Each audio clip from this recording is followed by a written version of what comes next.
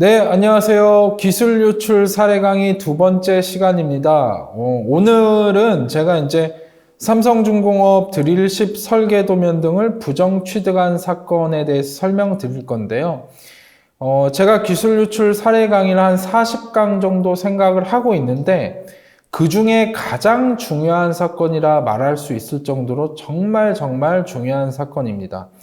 이 대법원뿐만 아니라 1심 항소심에서 정말 중요한 판시 사항이 많이 나왔기 때문에 오늘 이 강의만 제대로 이해해도 기술 유출의 한 4분의 1, 5분의 1 정도는 어느 정도 좀 알고 가시는 것이다. 이 정도로 좀 제가 설명드리겠습니다. 자, 일단은 제 소개를 좀 간단하게 드리자면 저는 이제 산업기술 영업비밀 전문 변호사고 또 형사 전문 변호사입니다. 최근에 이제 기술 유출 영업비밀 사건 관련해서 서울반도체 산업기술의 대만 에버라이트, 즉 국외 유출 사건을 변호해서 핵심 피고인들이죠. 피고인 1, 2 변호해서 집행유예를 선고받았고 실제로 중국이나 대만의 산업기술 자료가 유출됐음에도 집행유예를 받은 사례는 사실 제가 수행한 이 사건밖에 없을 정도로 정말 긴 시간 할애한 사건입니다. 또 이제 현대차 연구원이 수소연료전지차 넥소의 핵심 부품이자 산업기술인 GDL 견본을 유출한 사건에서 구속영장 기각을 받았습니다. 가장 최근이죠. 뭐 한 달 전이라 보시면 되는데 국가 핵심 기술인 KC화물창 도면 유출 사건 변호에서 역시 구속영장 기각을 받았고 이건 작년도에 이제 폴더블 폰을 제가 사건을 했는데 화학 강화 UTG 기술, 이게 폴더블 폰의 핵심 기술인데 이 중국 유출 사건 변호에서 불기소 처분을 받았습니다. 최근에 이제 삼성이랑 세메스 사건 좀 수행하고 있습니다. 자, 일단 제 소개는 간단하게 이제 마치고 넘어가겠습니다. 자, 공소사실의 요지입니다. 공소사실의 요지는 뭐 사실 길지 않습니다. 제가 최대한 짧게 정리를 했고 한번 같이 좀 살펴보겠습니다. 자, 피고인은 중국 국적의 사람으로서 2005년 6월경 미국 성급협회, ABS죠. ABS도 있고 뭐 다른 한국 성급협회도 있는데 아마 선주가 ABS를 선택을 한 것 같습니다. 그래서 미국 성급협회 성급검사관으로 입사한 후 중국에서 ABS 성급검사관으로 근무하였다. 자, 피고인은 2007년에 대한민국에 입국한 이후부터 현재까지 삼성중공업 ABS 사무실에서 삼성중공업이 건조 중인 컨테이너 선박에 대한 성급검사관으로서 성급검사 업무를 담당하고 있다. 자, 피고인은 2007년 10월경 대한민국에 입국한 이후 불과 얼마 되지 않은 시점에 당시 직장 동료이던 동료 성급검사관인 갑이 드릴10에 대한 성급검사 업무를 담당하고 있었나 봐요. 이 갑으로부터 받은 USB 메모리에 삼성중공업이 개발한 드릴10에 대한 설계 도면인 해양기본도 등 영업비밀 파일들, 산업기술 파일들이 저장되어 있는 것을 발견하였다. 피고인은 당시에 자기는 드릴10과는 아무런 관련이 없습니다.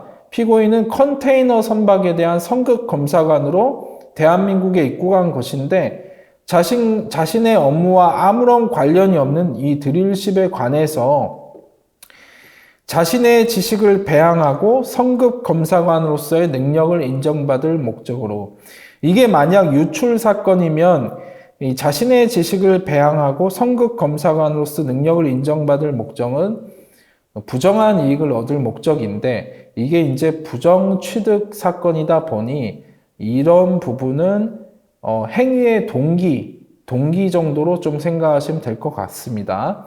자, 이거를 자신의 동료 성급검사관인 갑의 승낙을 받지 아니하고 위 파일들을 자신의 노트북에 복사한 것입니다.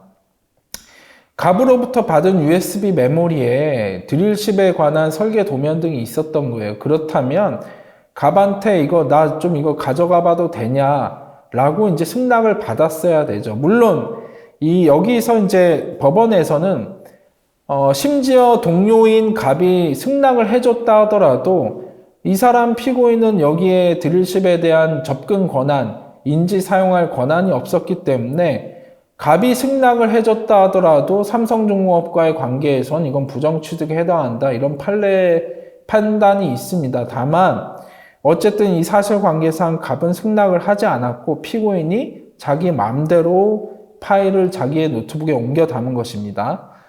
자, 이후 피고인은 2007년 11월 28일 약 한두 달 뒤에 위 사무실에서 다시 위 파일들을 자신의 외장 하드디스크에 복사한 다음 그 외장 하드디스크를 자신의 주거지에 보관하였다.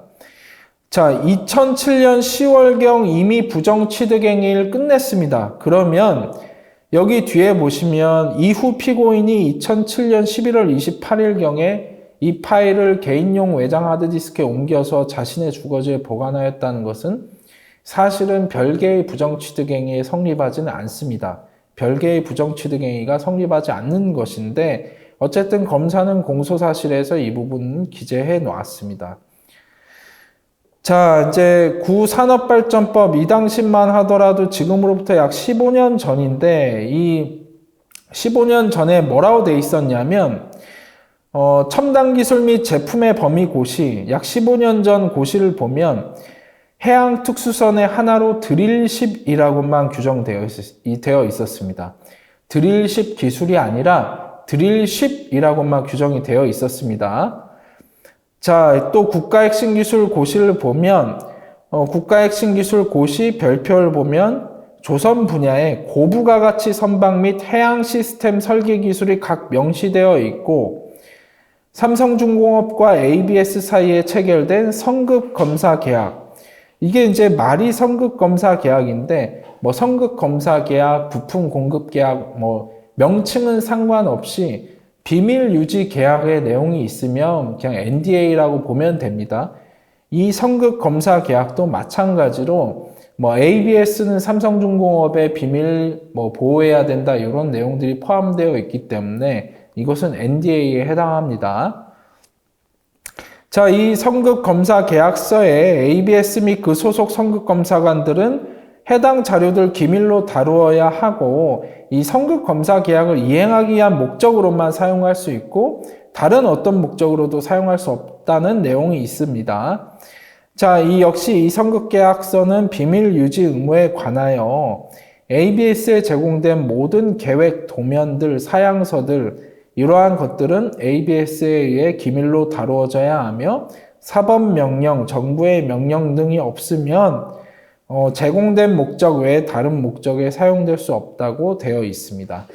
자, 공소사실의 요지를 좀 짧게 정리해 봤습니다. 이제 문제를 통해서 이 사건에서 도대체 얼마나 중요한 판결이 내려졌길래 제가 이렇게 좀 강조를 하는지 좀 설명을 드리겠습니다. 자, 1번 문제입니다. 피고인이 취득한 드릴십 설계 도면인 해양 기본도 파일은 첨단 기술 및 제품의 범위 고시의 드릴십 또는 국가핵심기술 고시의 고부가가치 선박 및 해양 시스템 설계 기술 중 이 두 가지 중 하나, 어느 것에 해당하느냐는 겁니다. 자, 답을 설명드리면 당시에 이제 적용되었던 구산업발전법 제5조의 규정에 따른 관련 고시, 즉 첨단 기술 및 제품의 고시에는 그 대부분이 지금 현재의 고시와는 다르게 그 대부분이 첨단 제품으로 나열되어 있었고 오히려 첨단 기술은 극히 일부에 불과했습니다. 그러나 현재의 고시는 약 3천여 개의 첨단 기술 및 제품이 선정되어 있는데 그 대부분이 첨단 기술이고 현재는 오히려 첨단 제품으로 규정이 되어 있는 것은 극히 일부분에 불과합니다. 즉 15년 전 고시와 현재의 고시는 완전히 정반대였던 것이죠. 자, 검사는 공소 제기 시 공소장에 위 자료들은 대한민국 산자부 장관에 의하여 삼성중공업의 조선해양 분야 산업기술로 지정된 드릴십 건조기술에 대한 자료일 뿐만 아니라 라고 기재하여 드릴십 설계도면이 첨단 기술 및 제품의 범위고시 이 해양 특수선 중에 하나로 규정된 드릴십에 해당한다고 판단한 것으로 보입니다. 자, 1심 법원 또한 드릴십 설계도면이 국가 핵심 기술에 해당하는지에 관하여 직접적인 판단을 하지 않았으나 사실상 검사와 동일하게 이 드릴십, 그러니까 이제 공소장의 위 자료들은 결국은 산업기술, 첨단 기술에 해당하기 때문에 산업기술이다. 이런 판단을 한 것입니다. 1심까지는 그랬습니다. 자, 이제 대법원이 어떻게 판단을 했느냐. 산업발전법은 첨단 기술 및 첨단 제품의 의미나 그 구별 기준 등에 대하여 별도로 규정하고 있지 않으므로 첨단 기술 및 첨단 제품의 의미 등에 대해서는 그 문헌인 기술 및 제품이 가지는 일반적인 의미와 용례 등을 토대로 산업발전법의 입법 목적과 첨단 기술 및 첨단 제품의 범위를 정하도록 규정한 취지를 참작하여 합리적으로 해석해야 할 것이다. 이 지금 대법원 판례는 지금 현재 일어나고 있는 기술 유출 사건에서도 자주 언급되는 판례로서 굉장히 중요합니다.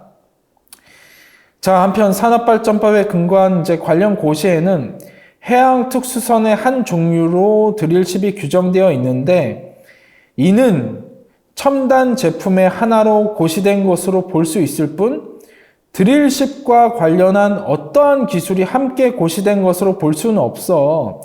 위 고시에서 첨단 제품으로 드릴십을 정하고 있다는 것만으로 드릴십 설계 기술이나 건조 기술 등 드릴십과 관련된 모든 기술이 산업기술보호법상 산업기술에 해당하게 되었다고 볼 수 없다. 즉, 이제 첨단 기술 및 제품의 범위 고시에는 드릴십이라고만 규정되어 있기 때문에 이건 첨단 제품의 하나로 규정된 것이다. 첨단 기술로 규정된 것이 아니기 때문에 관련하여 뭐 설계 기술 이런 게 아니다. 그래서 첨단 기술에 해당하지 않으므로 산업기술에 해당하지 않는다는 판단을 한 것입니다. 물론 산업기술에는 첨단 기술도 있고 국가 핵심 기술도 있고 다른 여러 가지 기술이 있습니다. 그래서 좀 다음 쪽을 살펴보겠습니다. 자, 8페이지입니다. 즉 첨단 기술 및 제품의 범위 고시 별표의 드릴십은 기술이 아니라 첨단 제품 그 자체를 정하고 있는 것이므로 드릴십 설계도면인 해양 기본도 파일은 이에 해당하지 않고 드릴십이 고부가 가치 선박에 해당하기 때문에 오히려 이 파일은 국가 핵심 기술 고시 별표 중 조선 분야 고부가 가치 선박 및 해양 시스템 설계 기술에 해당하고 결국 국가 핵심 기술도 산업 기술 중 하나이기 때문에 피고인은 산업 기술을 부정 취득한 것이라는 판단입니다. 결국 대법원은 드릴십 설계도면인 해양 기본도 파일이 국가 핵심 기술에 해당한다고 판단하였습니다. 즉 피고인이 유출한 자료는 첨단 기술은 아닌 것입니다. 첨단 기술은 아닌데 국가 핵심 기술에 해당한다고 본 것이죠. 산업기술 중에 하나가 산업기술은 첨단 기술도 있고 국가 핵심 기술도 있고 여러 가지 기술들이 나열되어 있습니다. 그 중에 일단은 첨단 기술에는 해당하지 않는다. 대부분의 산업기술 유출 사건, 기술 유출 사건은 첨단 기술 해당 여부가 중점이고 쟁점입니다. 근데 이 사건에서는 피고인이 유출한 설계 도면 등은 첨단 기술이 아니고 국가 핵심 기술, 오히려 국가 핵심 기술에 해당한다고 판단한 것입니다. 정말 중요한 판례입니다. 자, 두 번째 문제입니다. 피고인이 취득한 파일에는 드릴십 설계도면인 해양 기본도 파일 이외에도 검사 계획 및 검사 진행 문서로서 공사 전체의 검사 업무를 확인할 수 있는 문서, 드릴십 장비의 입고 검사 시 점검 항목과 블록 검사 시 점검 항목을 기술한 점검 체크 시트 자료 등이 포함되어 있다. 이 자료들도 산업기술에 해당하는가? 지금 이 설계도면 이외에 검사 계획 및 검사 진행 문서 등 이거는 사실은 이제 설계 기술이라고 보기는 어렵겠죠. 그렇기 때문에 대법원이 뭐라고 판단했냐?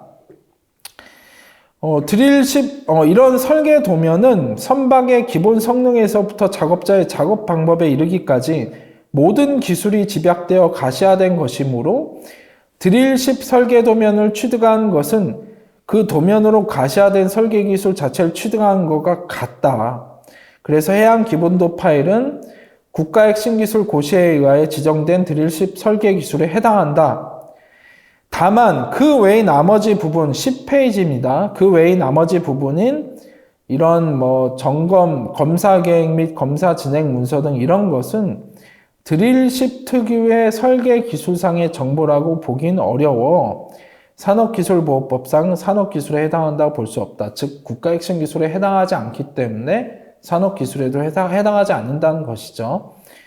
그래서 피고인이 위 파일들을 취득하였다고 하더라도 이는 산업기술보호법 제14조 제1호에서 말하는 산업기술을 취득한 행위에는 해당하지 않는다고 판단한 것입니다.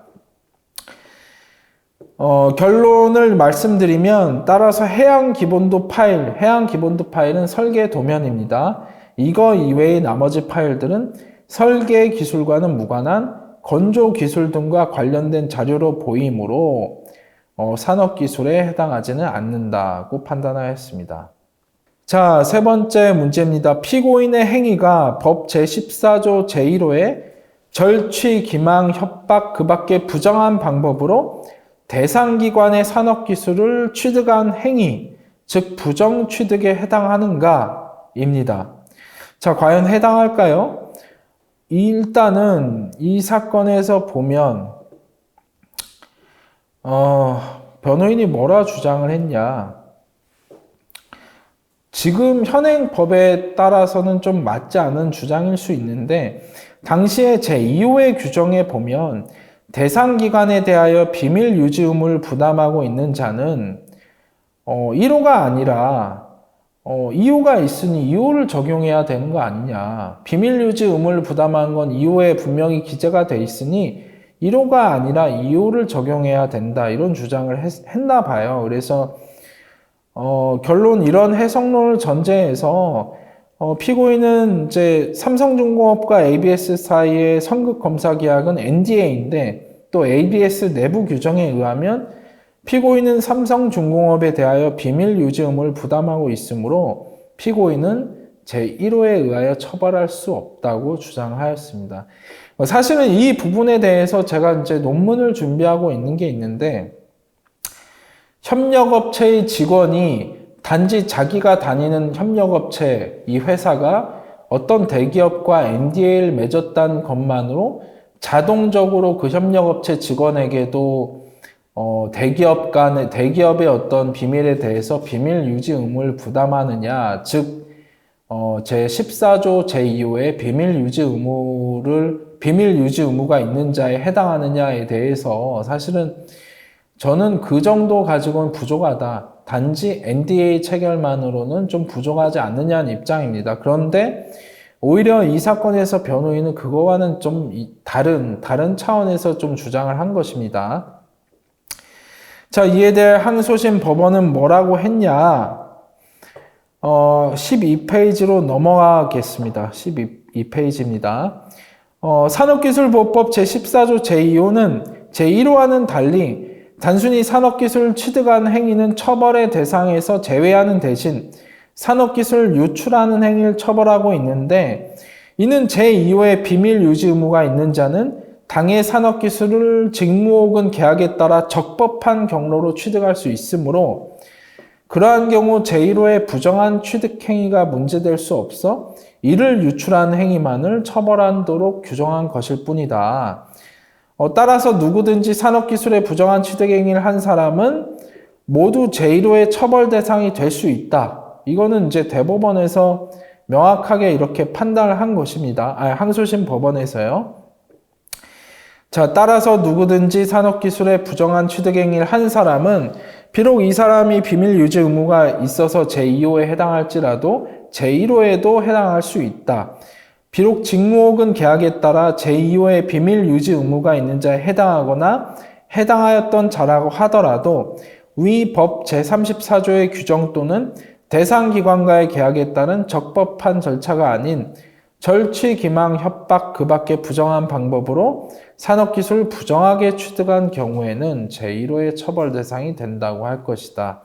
그래서 이와 다른 취지의 피고인의 주장은 이유 없다라고 판단을 했습니다. 여기 뭐 부정한 방법에 관해서 법원이 어떤 판단을 했느냐도 있는데 이 부분 좀 넘어가겠습니다.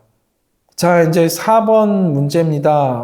피고인은 제가 앞서 사실관계를 좀 공소사실 부분을 설명드렸는데 다시 한번 좀 언급하겠습니다. 피고인은 2007년 10월경 갑의 승낙을 받지 아니하고 문제의 파일들을 피고인의 노트북에 복사하였다. 자, 이후 피고인은 약 한 달에서 2달 뒤에 2007년 11월 28일경 다시 위 파일들을 피고인의 외장 하드디스크에 복사한 다음 그 외장 하드디스크를 자신의 주거지에 보관했습니다. 그렇다면 피고인이 2007년 11월 28일경, 즉 두 번째 마치 부정취득처럼 공소장에 기재를 해놨는데 자신의 노트북에서 외장 하드디스크로 위 파일들을 복사한 후 자신의 집에 보관한 행위 자체가 별개의 취득행위에 해당하느냐입니다. 자, 이제 이 사건에서는 이런 거에 대해서 이제 다투지는 않았는데 대법원은 뭐라고 판단했느냐? 이 사건에서 이제 판단한 사안이 아니라 다른 사건의 좀 판결례를 가지고 왔습니다, 제가. 대법원은 두산중공업에 근무하던 임직원들이 STX 중공업으로 이직하면서 담수발전 플랜트 기술 자료를 유출한 사건에서 어떤 판단을 했냐? 특히 취득자가 기억 매체나 유체물을 외부로 가지고 나가거나 기억 매체를 다른 것으로 바꾸거나 유체물의 보관 장소를 다른 곳으로 바꾸더라도 이는 자신이 영업비밀을 사용할 수 있는 상태가 여전히 계속되는 것에 불과하므로 별개의 취득행위가 성립하지 않는다 할 것이다. 물론 이 사건과 완전히 동일하지는 않지만 피고인은 여기서 보면 일단 첫 번째로 자기의 노트북에 옮겨놨습니다. 그러면 이미 취득한 거죠. 이미 부정 취득한 겁니다. 노트북에 있는 파일을 이후 약 한두 달 뒤에 외장 하드디스크에 복사해서 이걸 자기 집에 가져갔다 하더라도 이거는 사실은 이 앞서 제가 말씀드린 이 두산중공업 사건에서 보듯이 별개의 취득행위, 약 한두 달 뒤에 별개의 취득행위로 볼 수 없다는 것입니다. 자, 이제 14페이지로 넘어가겠습니다. 피고인이 여기서 뭐라 주장을 했냐? 피고인은 자신이 재직 중인 ABS에 삼성중공업에 대한 원활한 성급검사 업무 수행을 위한 즉 정당한 업무 범위 내의 행위라고 주장하며 무죄를 주장하였다. 피고인의 주장은 타당한가? 지금 이 사건은 유출이 아닌 부정취득 사건입니다. 유출에서는 부정한 이익을 얻을 목적이 범죄의 성립 요건이기 때문에 정말 중요한데 부정취득에서는 이러한 목적을 요구하고 있지 않습니다. 그렇기 때문에 사실은 이러한 주장들은 유출 사건에서 주로 이제 변호인들이 주장하는 주장인데, 어쨌든 이 사건에서 이러한 주장을 했습니다. 물론 이제 행위의 동기 부분에 관련된 거긴 하지만, 사실 이제 범죄 성립 여부와는 직접적으로 좀 관련이 있다고 볼 수는 없고, 그냥 이제 어떻게 보면 위법성 조각 사유로 뭐 정당 행위 주장이었던 것으로 보입니다. 자, 그래서 이제 뭐 어쨌든 좀 간단하게 좀 설명드리면, 제가 이제 앞서 말씀드렸다시피 제2호의 유출에서는 부정한 이익을 얻거나 그 대상 기관에게 손해를 가할 목적이 이제 요구되지만 제1호 부정취득에는 당시의 법이나 현행법 모두 이러한 목적을 요구하지 않기 때문에 사실 필수적인 주장은 아니었습니다. 자, 비록 위 사건이 피고인이 부정한 방법으로 산업기술을 취득한 것으로서 제1호가 문제되며 부정취득이 아니라 정당한 취득이란 취지의 주장이긴 하나 피고인의 이러한 주장은 현행법 제2호에서 요구하고 있는 부정한 이익을 얻거나 그 대상 기관에게 손해를 가할 목적과 관련이 있습니다.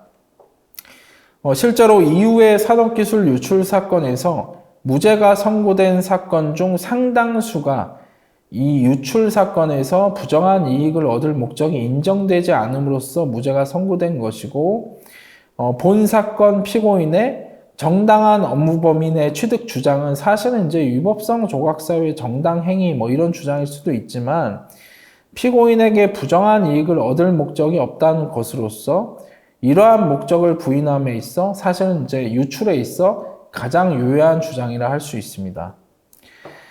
자, 어쨌든 장차 자신이 드릴십에 대한 성급 검사 업무를 담당할 경우에 대비하여 미리 공부를 하고 실력을 향상시킬 목적, 이러한 목적은 행위의 동기에 관한 것인데, 물론 이제 법원에서 피고인의 주장은 받아들여지지 않았습니다. 왜냐하면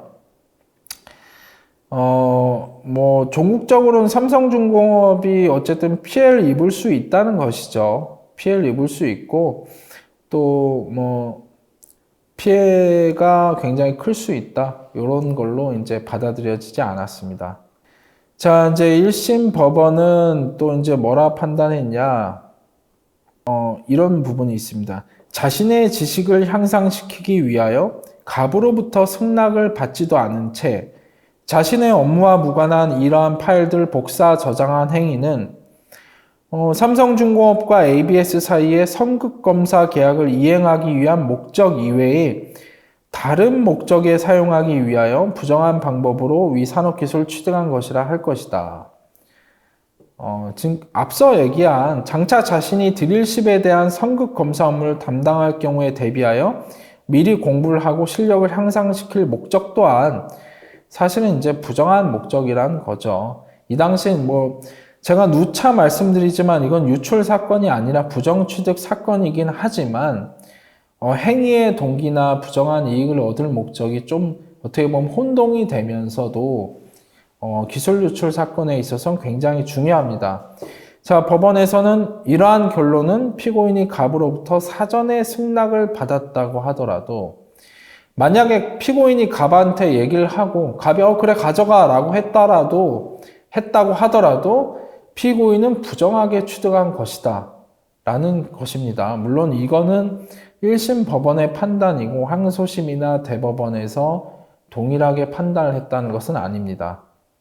18페이지입니다. 6번 문제인데, 현재의 법에 따라서 6번 문제는 사실은 이제 의미가 없을 수도 있으나 한번 짚고 넘어가겠습니다.